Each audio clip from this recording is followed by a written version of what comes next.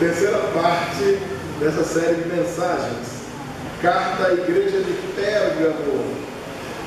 Apocalipse capítulo 2, versos de 12 a 17 dizem assim: Ao anjo da igreja em Pérgamo escreve: Estas coisas diz aquele que tem a espada afiada de dois gumes. Conheço o lugar em que habitas, onde está o trono de Satanás, e que conservas o meu nome e não negaste a minha fé. Ainda nos dias de Antipas, minha testemunha, meu fiel, o qual foi morto entre vós, onde Satanás habita. Tenho, todavia, contra ti algumas coisas, pois que tens aí os que sustentam a doutrina de Balaão, o qual ensinava a Balaque a armar ciladas diante dos filhos de Israel, para comerem coisas sacrificadas aos ídolos e praticarem a prostituição. Outro sim, também. Tu tens os que, da mesma forma, sustentam a doutrina dos nicolaítas. Portanto, arrepende-te. E se não, venho a ti sem demora, e contra eles pelejarei com a espada da minha boca. Quem tem ouvidos, ouça o que o Espírito diz às igrejas. Ao vencedor, dar-lhe-ei do maná escondido, bem como lhe darei uma pedrinha branca, e sobre essa pedrinha é escrito um nome novo, o qual ninguém conhece, exceto aquele que o recebe. Não há diferença na saudação da carta, mesmo das demais. A carta é endereçada ao anjo da igreja. Nós já comentamos aqui que, dentre os vários comentários que existem, o que mais é aceito entre todos é que esse anjo da igreja seja o pastor responsável por ela. Naqueles dias não era como hoje, onde nós temos aqui a cidade de União, onde as pessoas dizem que tem igreja demais. Meu Deus, tem igreja de crente demais em União. Tem meia dúzia. Esse tanto de igreja que tem na cidade de União inteirinha, com 42 mil habitantes. Lá em Brasília, por exemplo, tem uma praça desse tamanho aqui. Tem 6, 8, 10 igrejas. Em São Paulo, uma rua, de uma esquina até a outra, como daqui para a Panificadora Delícia, você vai passar por 5 ou 6 igrejas. Então, para quem acha que aqui tem muita, né? Aqui tem quase nada, comparado a outros lugares. Mas, de qualquer maneira, se você for comparar a cultura e a época da plantação da igreja, a difusão do evangelho pelo mundo, numa cidade como essa de Pérgamo, por exemplo, havia um lugar ou algumas casas onde os irmãos iriam se reunir, ou seja, onde a igreja iria se reunir. Isso para que a gente entenda que igreja não são essas paredes, esse telhado, nem esse piso, nem esse microfone. Igreja somos nós. Nunca diga, como de vez em quando a gente ouve um irmão dizer, igreja sou eu. Não, eu sozinho não sou igreja nenhuma. Só é igreja se formos nós. Não existe igreja de eu. Para ser igreja tem que ser nós. Então a igreja somos nós. Então nessas cidades as igrejas se reuniam e evidentemente quem plantou aquela igreja, boa parte delas o apóstolo Paulo foi o responsável. Pedro deve ter plantado alguma igreja também, Apolo, Barnabé, certamente esses primeiros missionários da igreja foram plantadores de igrejas por essas cidades todas. Independente de quem tenha plantado a de Pérgamo, não temos a menor ideia, certamente ele elegeu um presbítero, um pastor, alguém mais experimentado na palavra para pastorear aquele grupo de irmãos. Amém, irmãos? Então é para essa pessoa que a carta está sendo endereçada, a fim de que essa pessoa, esse anjo da igreja, esse presbítero, esse pastor, então transmita para a igreja o recado. A carta serve para isso, não é? Sempre foi para contar uma história, fazer um pedido, fazer uma reclamação, tomar conhecimento de alguma coisa e dar uma determinada resposta. Então entenda dessa maneira. Esse anjo da igreja, que não é um anjo igual esse de asa, com uma bolinha na cabeça, é uma pessoa. Então essa pessoa da igreja estava encarregada de ler esse recado, no caso dessas cartas aqui, um recado diretamente do Senhor Jesus para a sua igreja. Amém? Algumas igrejas recebem duras repreensões, outras recebem elogios e por aí vai. O certo é que o Senhor sempre está tendo cuidado de dizer o que está acontecendo e o que precisa ser feito. Amém? Bem diferente de nós, que quando estamos dando uma bronca em alguém, a gente é perito em apontar o problema, o defeito, né? Ah, o teu mal é esse, você é isso, você é aquilo, pronto, acabou. Aí sai inchado, feito um cururu e vai embora como o Senhor da razão, né? Se nós fôssemos usar da mesma sabedoria de Jesus, primeiro nós daríamos toda essa bronca, mas com mansidão, com amor, apontando o problema, apontando o erro e imediatamente apontando também a solução. Até alguma coisa, sim, tudo bem, eu recebo essa bronca que você está me dando, realmente você tem razão, eu estou precisando melhorar, estou precisando mudar, mas e aí, o que eu faço? Então esse é um cuidado que o Senhor tem nessas cartas. Então está feita a identificação ao anjo da igreja em Pérgamo escreve: estas coisas diz aquele que tem a espada afiada de 2 gumes. No capítulo 1, Jesus aparece a João. João, evidentemente, fica assombrado ali com a visão que tem do Senhor. E algumas características, os olhos como chama de fogo, os cabelos brancos, como a neve, uma espada de 2 gumes afiada que sai de sua boca, é um nome escrito na coxa e por aí vai. Todas essas características, ou cada uma dessas características, nada mais é que uma identificação do Senhor, uma característica, algo por meio do qual as pessoas vão identificar que quem está falando é Jesus. Amém? Então ele faz essa apresentação exatamente para que não tenha dúvida. Ninguém vai perguntar: quem mandou dizer isso aí? Quem é que está mandando esse recado mesmo? É o Paulo? É o Pedro? Não, por essa característica que ele está colocando aqui, ninguém vai fazer esse tipo de pergunta, porque todo mundo sabe que é Jesus que está mandando a carta. Amém?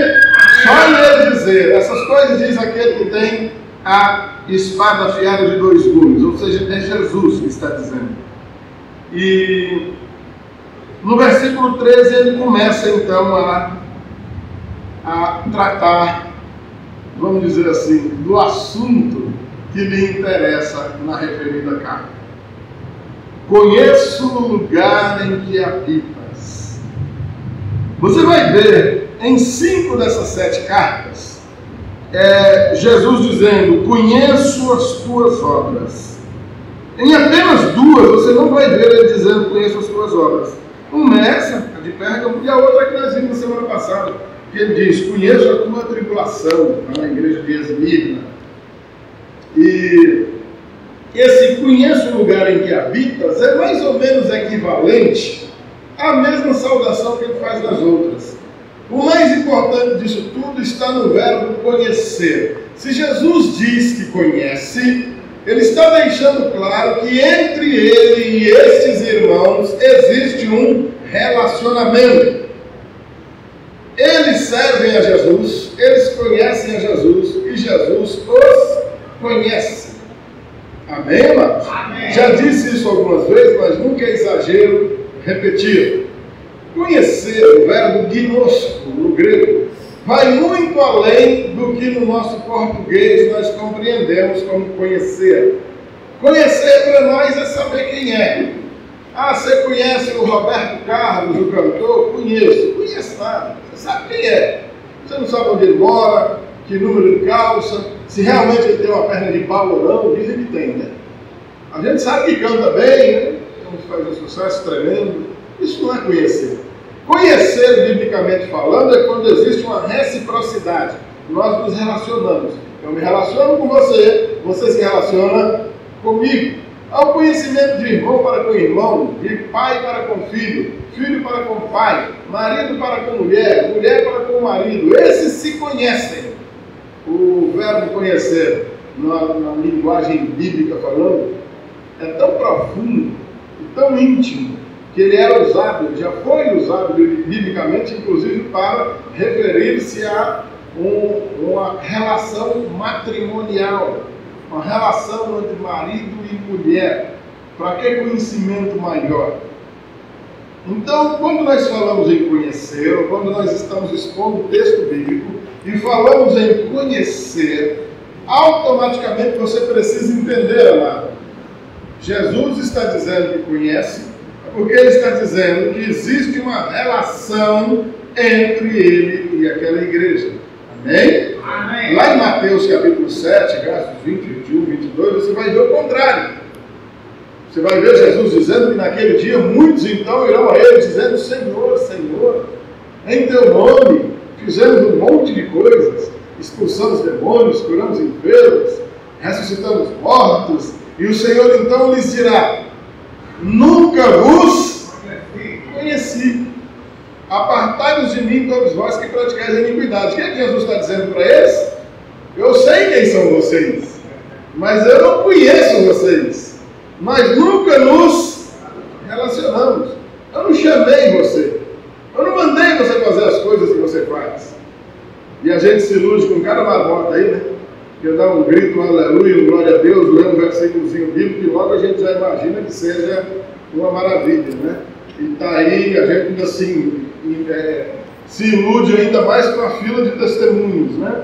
Lá vem o povo dando testemunho, bota o microfone na boca: eu era pobre, agora sou rico, eu era feio, agora sou bonito, aquela igreja é uma maravilha, e corre todo mundo para lá, empurrar dinheiro naquele bandido que está lá, aquele pastor não tem nada, nunca foi chamado para pastorear, o que ele prega não tem nada a ver com o evangelho do Senhor Jesus. Os assuntos que ele aborda não tem nada a ver com arrependimento, confissão de pecado, céu, inferno, morte, vida. O negócio dele é campanha para aparecer dinheiro ali, e o povo se ilude com isso porque gosta disso. Isso é um parêntese, eu divaguei um pouco, vamos voltar para o tema. Jesus está dizendo: conheço o lugar em que habitas. Eu conheço que vocês sofrem em virtude do lugar onde vocês estão. As características da cidade de Pérgamo que Jesus apresenta aqui são assustadoras. Olha só. Conheço o lugar em que habitas, onde está o trono de Satanás.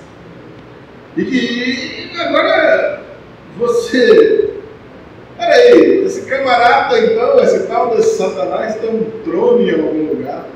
É preciso que aqui agora eu demande aqui um tempinho com os irmãos e conte um pouquinho de história. Você não vai ver nenhuma citação da cidade de Pérgamo em outro lugar da Bíblia, a não ser aqui. A exemplo da igreja de Esmirna, ela não aparece.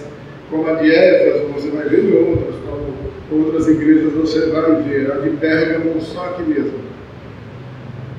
A cidade de Pérgamo, cada uma dessas cidades, ela se orgulha de alguma coisa, e com a de Pérgamo não era diferente. O grande orgulho dessa cidade diz respeito a conservar naquele lugar o maior templo de adoração do imperador romano.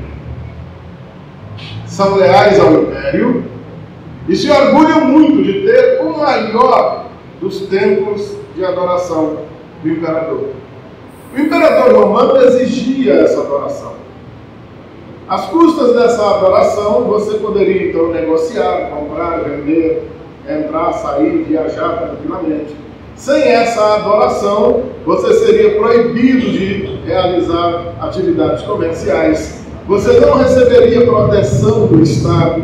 Muito pelo contrário, essa adoração ia sendo exigida ao ponto que você teria impostos mais caros para pagar se você não negasse o Deus ao qual você servia.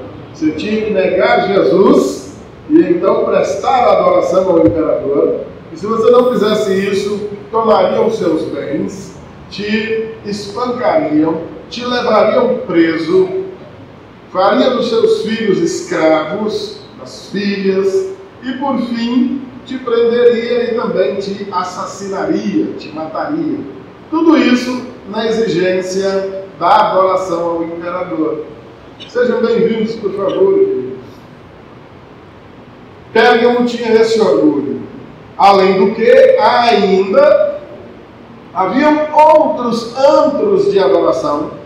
Historicamente são conhecidos outros templos de adoração a outros deuses, ou melhor dizendo, demônios, porque deuses não eram, e a cidade tinha esse orgulho. Quando o Senhor está dizendo que ali encontra-se o trono de Satanás, está fazendo então uma afirmação segura e direta acerca do poder de decisão imperial e uma perseguição violentíssima, extremamente cruel, perversa contra o povo de Deus. Ser fiel a Deus em Pérgamo era literalmente assinar a sua sentença de morte. Era saber que ser preso, punido, castigado e morto por causa do nome de Jesus era uma questão de tempo. Dureza de Deus. Essa é a referência a esse trono de Satanás ao qual Jesus se refere. Conheço o lugar em que habitas.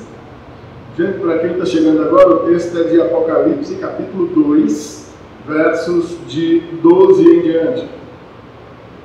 Então, conheço o lugar em que habitas, onde está o trono de Satanás, e que conservas meu nome e não negaste a minha fé, ainda nos dias de Antipas, minha testemunha, meu fiel, o qual foi morto entre vós, onde Satanás habita. Nessa declaração de Jesus de que conhece a labuta, conhece a peleja, conhece o lugar onde eles moram, Jesus apresenta então os prós e os contras daquela igreja de Pérgamo. Primeiro, há uma questão de elogio. Apesar de morar, de habitar na cidade onde está o trono do próprio Satanás, eles conservam o nome do Senhor. E que conservas o meu nome? Mesmo em meio a uma imposição de que se negue o nome de Jesus, para que então se preste adoração ao imperador, esses irmãos têm se negado a serem infiéis e têm guardado o nome do Senhor de maneira que esse guardar o nome do Senhor é dizer, não, eu não vou negar o nome de Jesus.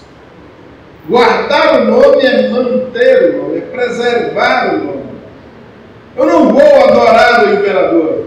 Eu não vou deixar de adorar o meu Senhor Jesus. Amém? Amém. Então o Senhor faz esse elogio àqueles irmãos. E mais, não negaste a minha fé. Primeiro, mais uma vez, lembrando que fé não é algo que nós produzimos, né? Fé não é algo que a gente produz, como o cabelo que cresce, a unha, né?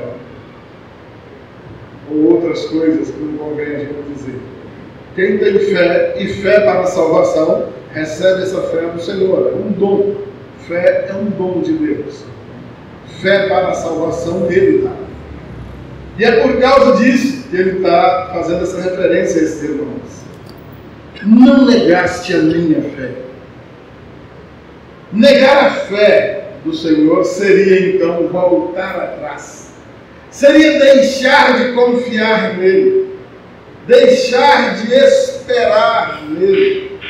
E diante da pressão, diante da tribulação, diante da perseguição, diante da possibilidade de morrer por não negar o Senhor, manter-se firme, confiantemente no Senhor, na convicção de que o Senhor vai me livrar, o Senhor vai dar livramento, Ele não vai deixar que o mal me domine, Ele não vai deixar que meus filhos sejam escravizados, Ele não vai deixar que tomem os meus bens, Ele não vai deixar que me joguem na cadeia, Ele não vai deixar que me espanquem, Ele não vai deixar que eu seja preso, Ele não vai deixar que eu seja assassinado junto com a minha família. Mas,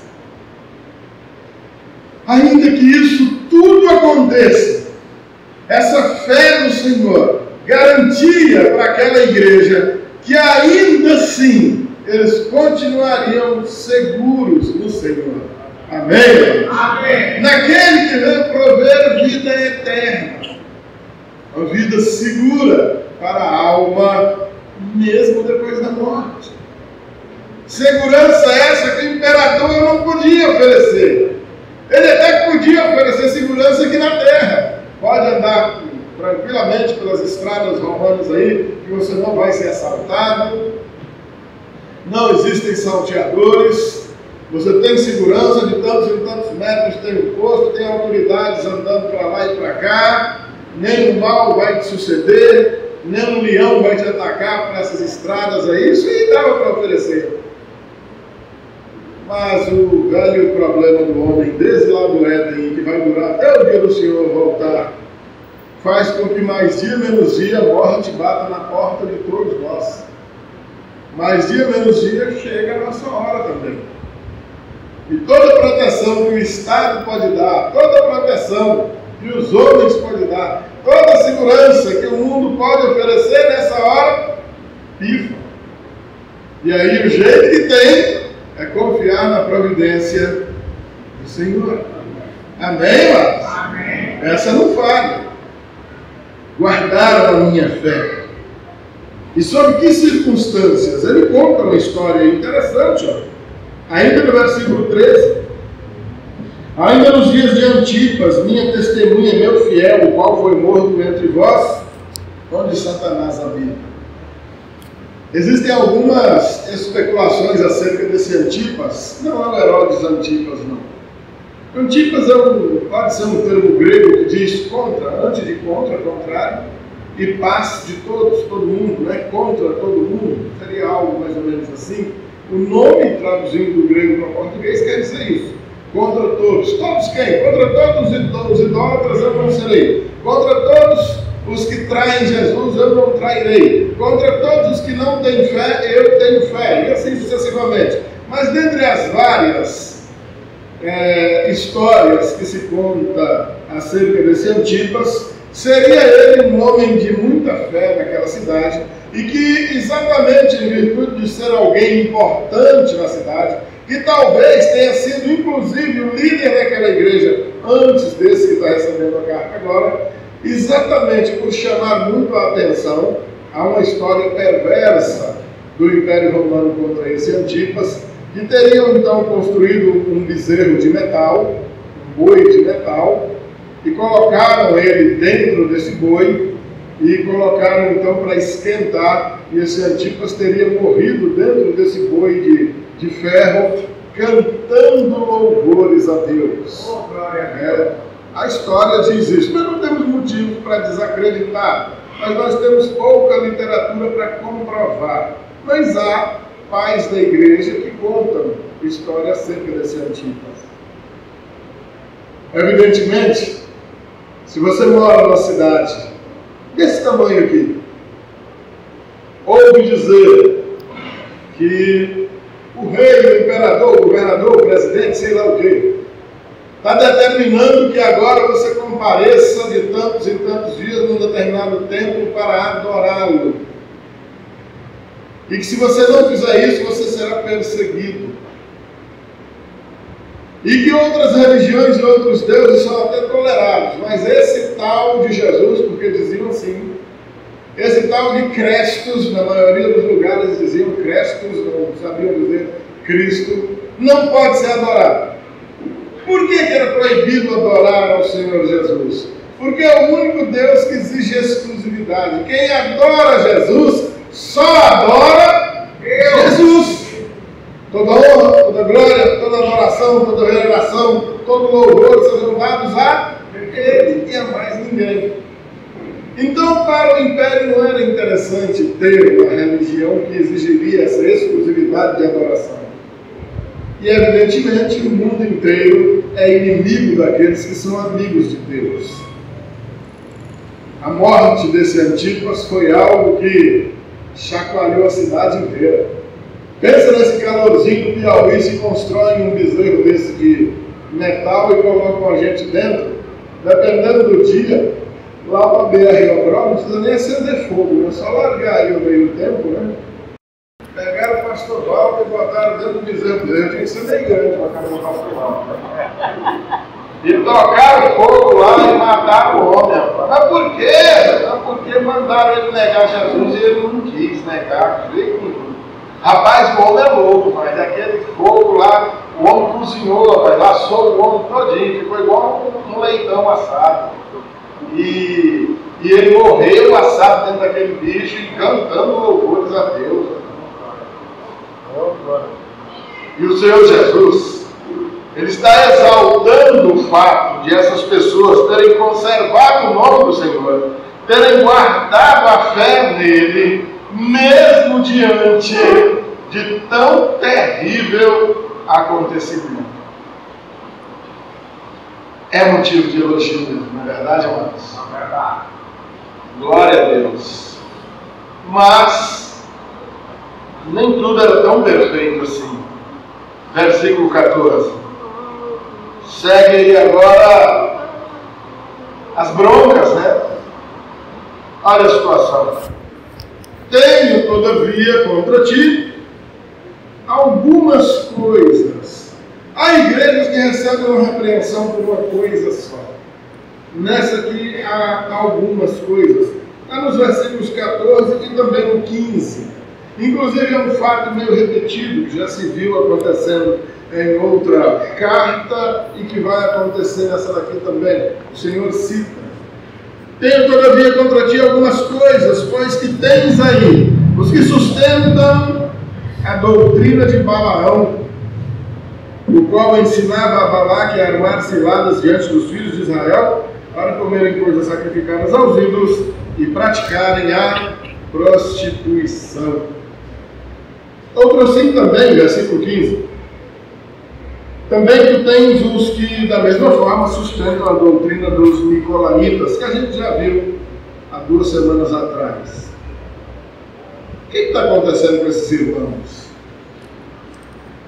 Não muito diferente de nós, amados. Trata-se de uma igreja muito parecida com a nossa, onde os irmãos vêm, se reúnem para celebrar a vida. Tem confiança no Senhor, tem fé no Senhor, abrem suas bocas, confessam o nome do Senhor, amam o Senhor, amam a palavra, amam estar juntos com os irmãos, mas ainda cedem a apelos pecaminosos.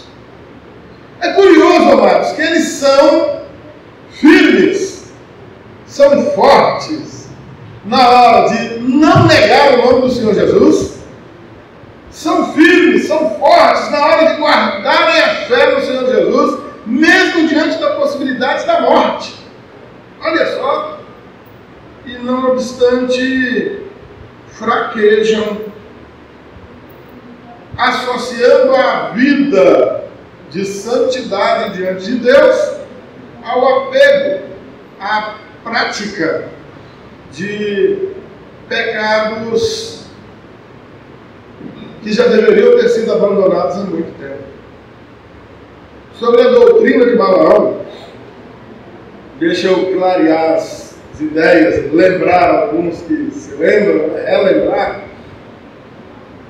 Quando Israel, os hebreus estão viajando, peregrinando pelo deserto, do Egito para Canaã, vão passar por meio de uma terra de um rei chamado Balaque.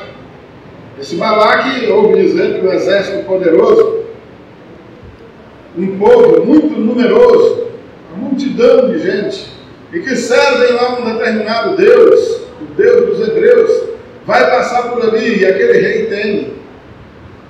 E ele contrata um profeta chamado Balaão, para que esse profeta então amaldiçoe o povo. Existem profetas que amaldiçoam o povo. Isso não é novo não, é antigo, já tinha esse Balaão aqui antigamente. Hoje em dia tem vários. Você vê o tal de Valdemiro Santiago, tem vídeos ele amaldiçoando, você vai queimar no inferno. Tal de Agenor Duque, abre a boca, amaldiçoa, que é uma beleza, né? Aparece na televisão, parece o Fred Flintstone, ainda arrumou uma roupinha que imita mais ainda, calçado, vestido com um pano de saco e aponta para a câmera, eu te amaldiçoo, pobre idiota. O duro é que tem gente que segue essas marmotas, tem gente que vão atrás, exatamente porque não são do Senhor Jesus, porque se fossem não iriam. Então esses indivíduos eles estão apenas imitando. A lista é grande. Se eu vou parar para falar o nome desses vagabundos aqui, um dia amanhece e o povo não acaba. Esses indivíduos estão apenas sob o mesmo espírito de dominação que um dia esse tal de Balaão aqui também atuou. Esse Balaão, para vocês terem ideia, ele conhecia Deus, ele sabia quem era Deus. Conhecer é exagero, né? Não tinha um relacionamento não. Mas ele sabia quem era. E mesmo recebendo dinheiro para amaldiçoar o povo de Deus, ele não consegue. O rei então aperta, ele amaldiçoa o povo, aí ele vai lá para amaldiçoar. Quando abria a boca, ao invés de amaldiçoar, abençoava. E aí ia se justificar para o rei: como é que eu vou amaldiçoar um povo que Deus abençoou? De maneira que na teimosia dele, uma jumenta fala e dá uma bronca nele, né? Fica famoso por isso. Acaba recebendo o conselho de uma jumenta. O cara é mais jumento que um jumento. E não tanto como amaldiçoar verbalmente as pessoas, esse Balaão ensina esse rei Balaque a como então, tem uma ideia maravilhosa, já sei como é que a gente consegue prejudicar esse povo de Deus. O negócio é o seguinte: tem um tempão que eles andam comendo só maná, algum negócio que cai do céu aí, que Deus dá para eles aí todo dia. Eles devem estar enjoados de comer esse tal de maná, porque não tem outra coisa, só isso aí a vida inteira. Então, se der umas besteirinhas para eles comer lá, umas coisinhas sacrificadas aí, eles vão comer. E os cabras desatentos comeram mesmo. E tem outra coisa também. Esses cabras de Israel pensam nos bichinhos para gostar de mulher, mas dão valor, gosta demais. Então você arruma umas meninas bonitas e bota aí para dar umas cantadas neles, que eles vão cair. E eles vão incorrer no pecado de idolatria junto com o pecado de prostituição. São dois pecados bem parelhos, viu, amados? A idolatria e a prostituição, a imoralidade sexual, são praticamente sócios. Obrigado, meu filho. Daí, dessa maneira, muitos homens de Israel pereceram, foram mortos em virtude dessa atitude de desobediência, porque caíram nessas ciladas que foram armadas para eles, algo que já era didático para nós. Isso é feito na nossa vida todo santo dia. O inimigo vai colocando ciladas no nosso caminho o tempo inteiro. Se não existia um Balaão, se não existia um Balaque, mas o que não falta é gente para colocar essas ciladas no nosso caminho. Motivo pelo qual nós temos que ser sóbrios, vigilantes, espertos, não andarmos nas trevas. Quem anda no escuro tropeça e cai. Andar na luz, quem anda na luz sabe onde está pisando, sabe para onde vai, vê o perigo quando se aproxima. Daí toda essa associação entre luz e trevas. É pedido coisa nenhuma, é determinado ao crente, é determinado ao servo de Deus, vigilância, amém, cuidado, atenção. Não faltam ciladas diante de nós. As irmãs que estão ouvindo, bom, pelo menos nessa de prostituta a gente não vai cair. Pois é, mas arrumam prostitutos. Não vai faltar cilada para ninguém. Se a vigilância não for constante, não for frequente, não for cuidadosa, não se iluda não. A gente cai mesmo. A palavra adverte: tu que pensa estar de pé, cuide que não caia. Como diz um velho versículo aí do livro de Inventares. Você já ouviu falar no livro de Inventares e no de Acrescentares? Também não. São livros populares que vão se inventando por aí, onde tem vários versículos que o povo jura que é bíblico, né? Um deles é: o cair do homem, mas o levantar de Deus, né? Com certeza já ouviu isso por aí, né? Isso não está escrito em lugar nenhum. Alguém inventou isso aí, mas as pessoas acreditam que seja bíblico. E o curioso é que, apesar de ele não ser bíblico, ele tem algum fundamentozinho. É claro que não tem 100% de razão, porque aquele que está no Senhor realmente não cai, mesmo sendo um ser humano. Se você está no Senhor, não cai. Quem está com seus pés firmes na rocha não cai. Quem cai é aquele que pensa que está de pé. O versículo diz assim, quando a gente fala com pressa, a gente diz: você que está de pé, cuide que não cai. Não, não é assim que o versículo diz. Aquele que pensa estar de pé, cuide para não cair. Dessa maneira, amados, a doutrina de Balaão, a qual esses irmãos da igreja de Pérgamo estavam se submetendo, dizia respeito a que, apesar de serem firmes em não negar o nome do Senhor, em não abandonar a fé, eles ainda cediam a práticas do passado, a práticas religiosas antigas, que diziam respeito à prática da idolatria. A maioria de nós aqui, amados, tem uma história, um histórico de vida católico romano. Quase todos nós. Alguns se diziam católicos, mas foram na igreja no dia do batismo, depois nunca mais voltaram lá. Uns ainda foram no dia de casar, depois nunca mais foram. Mesmo assim diziam que eram católicos. Os católicos que são religiosos mesmo, beleza, tranquilo, problema nenhum. O grande problema são aqueles católicos, os chamados não praticantes, que dizem que são, mas não são coisa nenhuma, nem andam por lá. Desconhecem a doutrina do cristianismo mesmo e começam a viver, inventar ou crer em inventos, em invenções paralelas ao que o Evangelho ensina, e acabam vivendo uma vida de idolatria, mesmo não praticando aquilo que as pessoas lá praticam. Nós, então, um dia descobrimos o Evangelho, agora eu sou evangélico. Aí quem tinha um tercinho pendurado no retrovisor do carro, tira o retrovisor, o tercinho e joga fora. Quem tinha uma imagem em casa, pega a imagem e joga fora. E por aí vai, né? E porque na cabeça da pessoa, quando se converte aqui, do catolicismo, então, para a lei dos crentes, né? Então a pessoa imagina que a única forma de idolatria seja aquela, de fazer o sinal da cruz na frente da imagem, de orar, rezar lá para aquela imagem. Amados, aquela é apenas uma forma de se praticar a idolatria. O culto a imagens de escultura, a adoração de imagens, ou veneração, chame como quiser, de todo jeito é a mesma coisa, é culto. É uma modalidade de idolatria, é um tipo de idolatria. Talvez, nos nossos dias, não exista um povo tão idólatra quanto tal povo evangélico.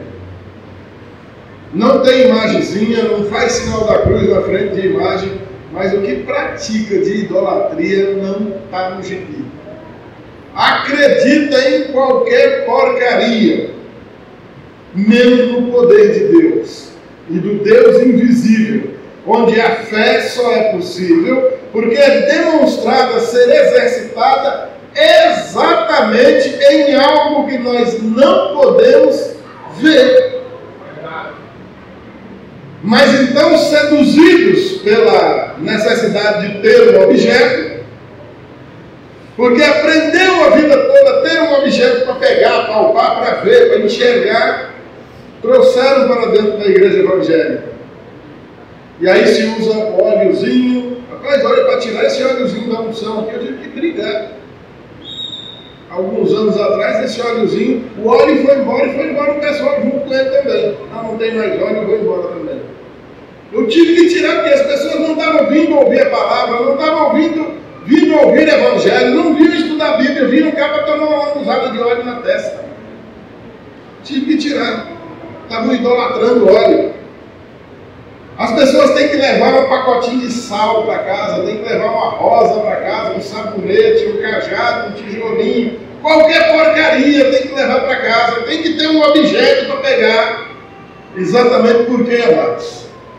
Porque são seduzidos pela prática da idolatria.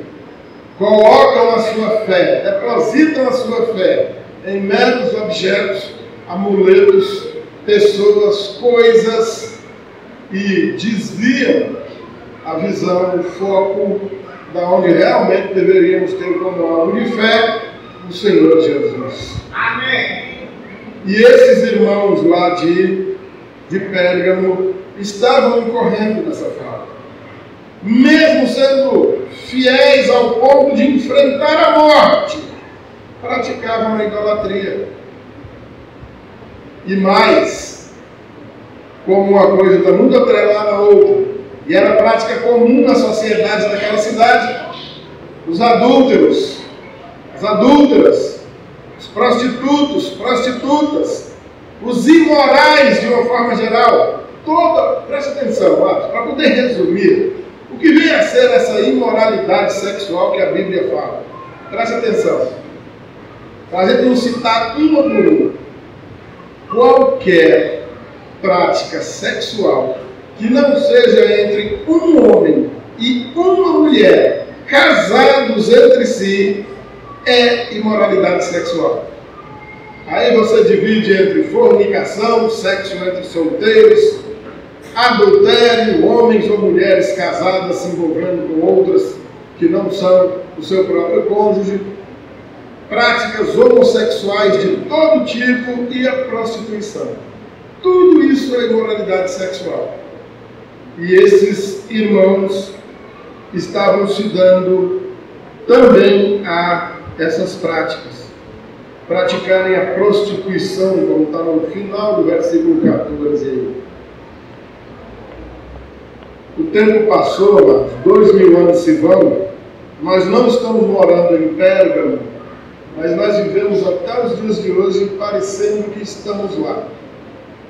Muitos de nós já receberam Jesus como Senhor de suas vidas.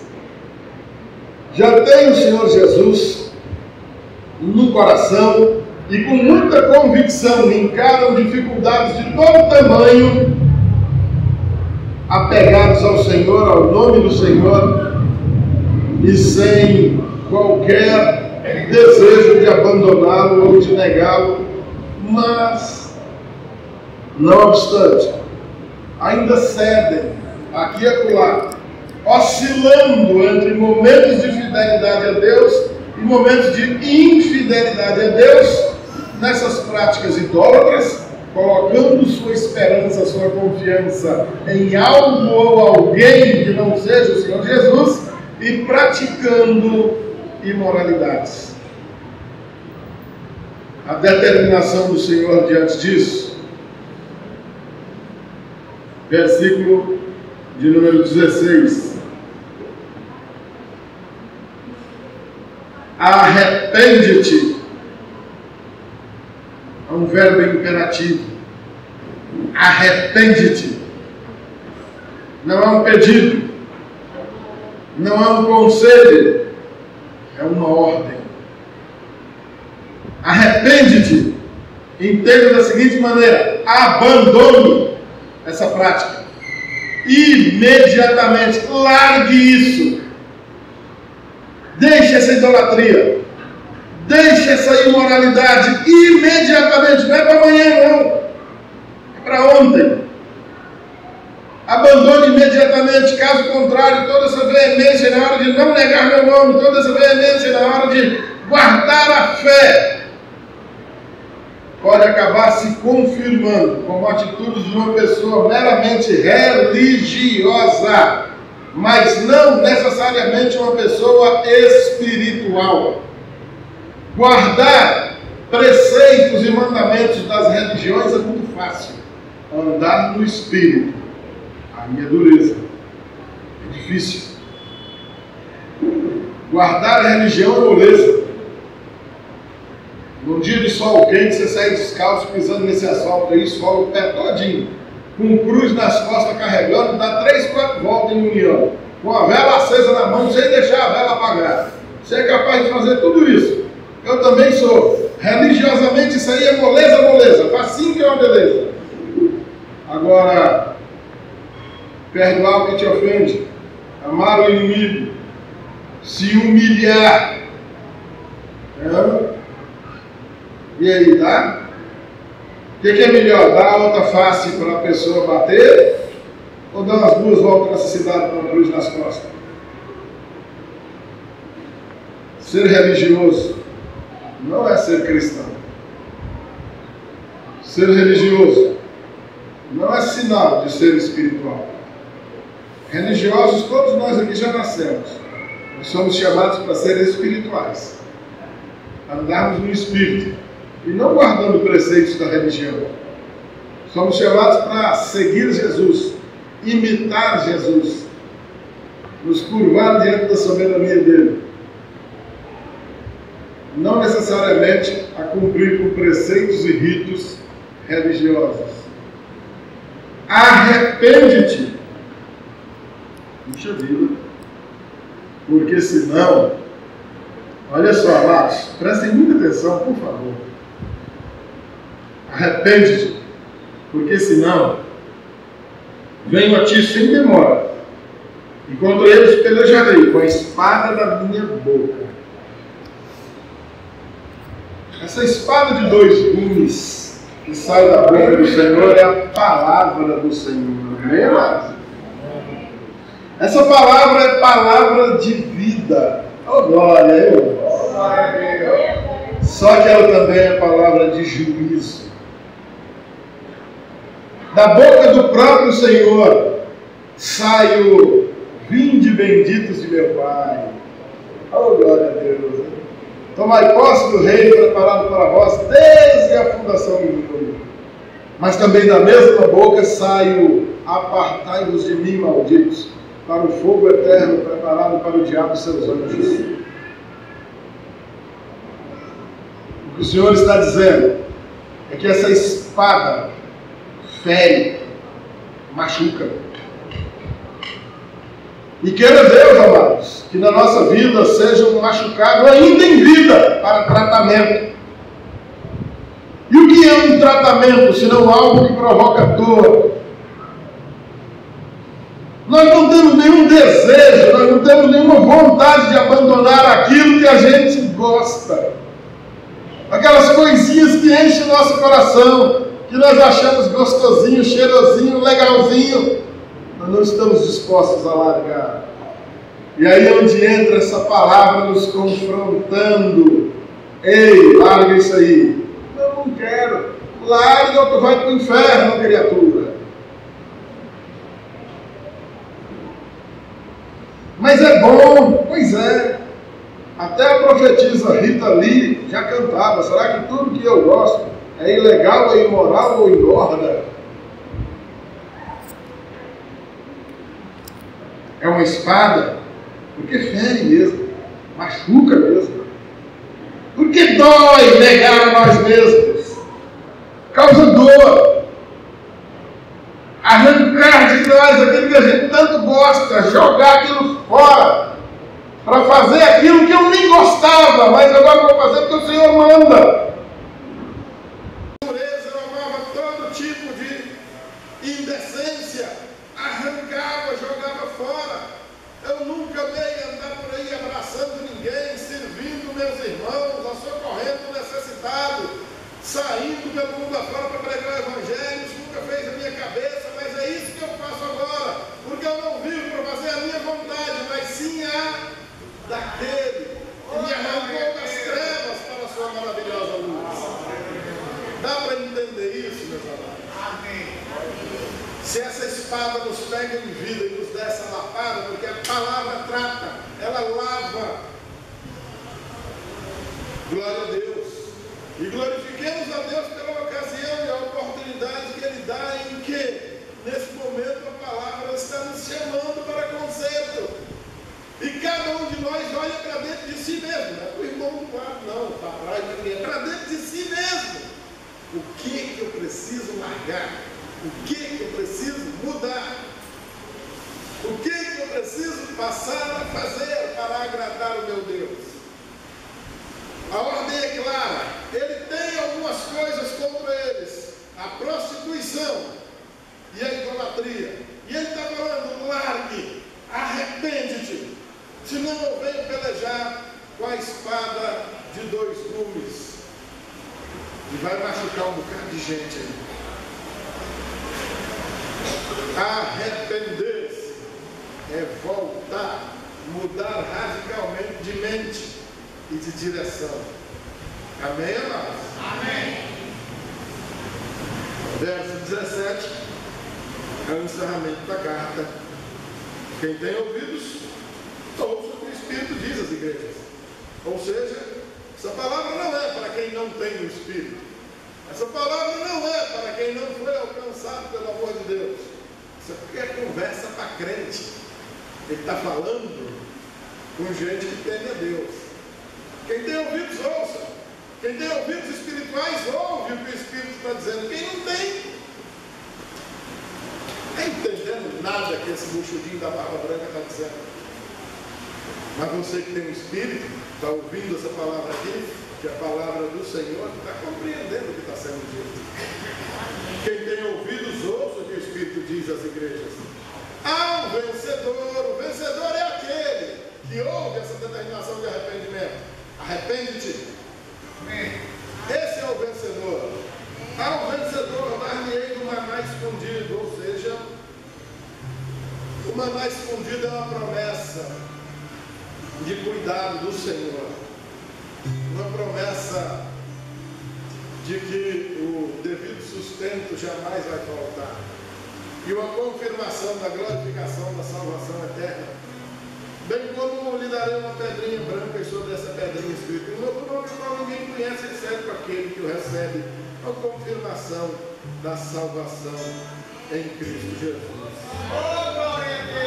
Amém? Essa é a mensagem dessa carta, amados.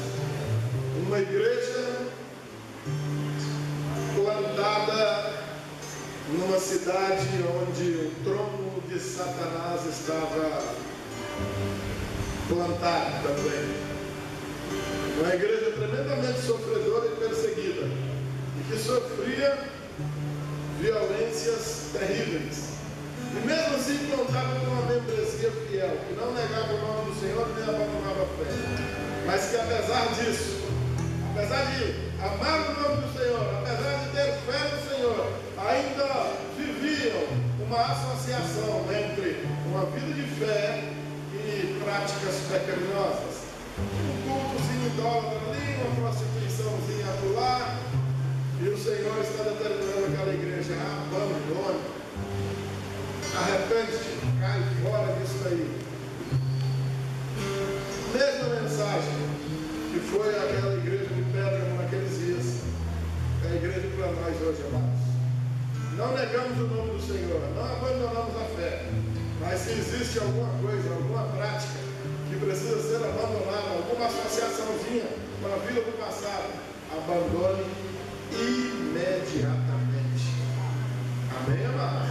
Caso contrário, o Senhor virá pelejar contra você e vai te machucar com a palavra.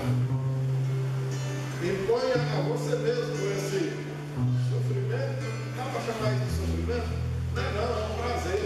Tirar da nossa vida aquilo que não agrada a Deus é prazeroso, muito mais prazeroso do que viver flertando com a morte, praticando esses pecados, achando que ninguém está vendo.